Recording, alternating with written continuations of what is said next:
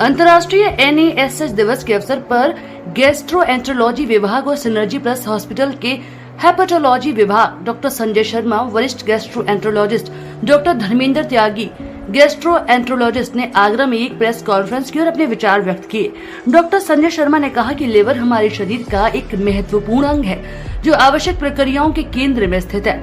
अक्सर ये सोचा जाता है कि शराब लिवर की क्षति से जुड़ा एकमात्र कारक है, हालांकि मधुमेह, मोटापा जैसे अन्य कारक हैं जो किसी व्यक्ति को मूक रोग जैसे NAFLD, गैर अल्कोहल फैटी लिवर रोग का शिकार कर सकता है।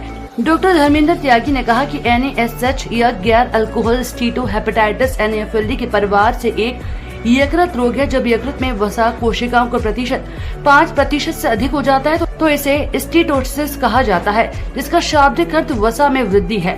इस स्तर पर यकृत आमतौर पर सामान्य सा बड़ा होता है और अल्ट्रासाउंड पर सफेद और चमकदार दिखाई देता है। संजय शर्मा हूँ, मैं यहाँ पे गैस्ट्रोएंटरोलॉजी डिपार्टमेंट में कार्यरत हूँ। पहले तो मैं आपका स्वागत करना चाहता हूँ। आज हम लोग जो बना रहे हैं वो ग्लोबल फैटी लिवर डे मना रहे हैं। आप लोग यहाँ पे आए उसके लिए धन्यवाद।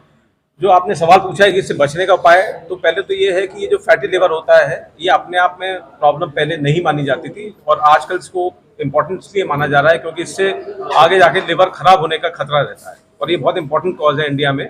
शराब के बाद ये इंपॉर्टेंट बोलते थे लोग, मगर मेरे को लगता है उल्टा है क्योंकि ये ज़्यादा कॉमन है शराब के मुकाबले में। तो ये आई थिंक सबसे इम्पोर्टेंट कॉज है लिवर खराब होने का। तो हमें निश्चित ही इसको रोकने का उपाय करना पड़ेगा। तो इसका इम्पोर्टेंट ये है कि लोग जो थोड़ी मोटी मात्रा में भी जो शराब पीते हैं उनको नहीं पीनी चाहिए शराब, पहली बात। दूसरी बात ये है कि जो खाने पीने पे हमें जो ध्यान देना है वो ये देना है कि बहुत ज़्यादा फैट हमें नहीं लेना चाहिए। जंक फूड अवेलेबल ज़रूर है बट अवॉइड करना ही बेहतर है इसको खाना। जैसे हमारी प्राचीन जो विद्युत पद्धति थी उसमें बताया जाता था कि रात को जल्दी खाना खा लीजिए, वो आज भी स्टैंड करता है। अगर हम जल्दी खाना खाते हैं तो वो सुचारू रूप से बच जाता है और वो नुकसान कम करता है। हम लोग देते हैं कि सोने से करीबन 3 घंटे पहले आपको खा लेना चाहिए और उसके बाद फिर आपको कुछ नहीं लेना चाहिए।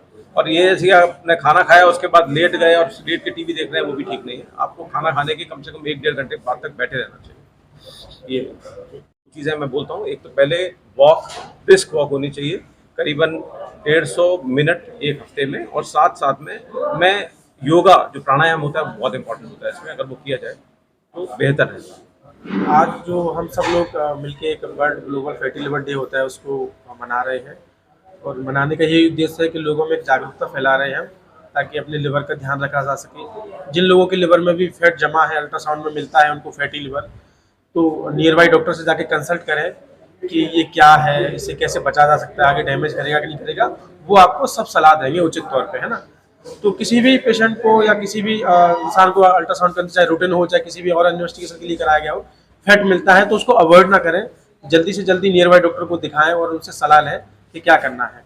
सलाह में यही है कि हमको जीवन शैली में बदलाव रखना है, खाने पीने का ध्यान रखना है। बहुत ज़्यादा चिकनी चीज़ें और जंक फूड है और एल्कोहल है, कोल्ड ड्रिंक्स है, ये इनका सेवन बहुत मिनिमम मात्रा में रखना है। देखो फैटी लिवर बिल्कुल इसी तरह से हमारी बॉडी के अंदर फैट जमा हो जाता है, वो कहीं पे भी हो जाता है, किसी के पेट पे जमा होता है, किसी के बम पे जमा होता है, किसी के गालों पे, इसी तरह से लिवर में भी जमा होता है। लेकिन जब लिवर में जमा होता है वो, तो लिवर में सिंपल वो ऐसे नहीं है कि खाली जमा बना रहेगा।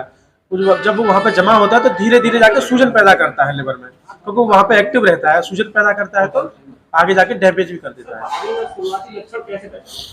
शुरुआत के फैटी लिवर के लक्षण जनरली नहीं आते हैं। लक्षण तभी आते हैं जब वो सूजन पैदा कर देता है। तो सूजन पैदा करता है तो उस टाइम पे भी बचाया जा सकता है, उसका ध्यान रखा जा सकता है।